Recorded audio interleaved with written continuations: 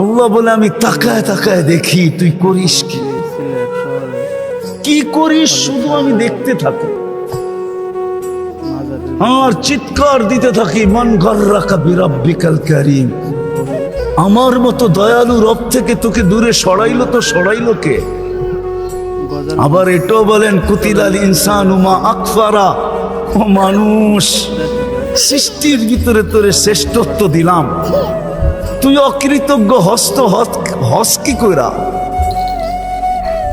সব অকৃতজ্ঞ হয়ে গেলে মনকে বুঝানো যেত, যুক্তি ছিল যে আল্লাহ কোনো সৃষ্টির কোনো বিনিময় নাই, কোনো প্রতিদান নাই, কোনো জান্নাত নাই, কোনো জাহান্নাম নাই।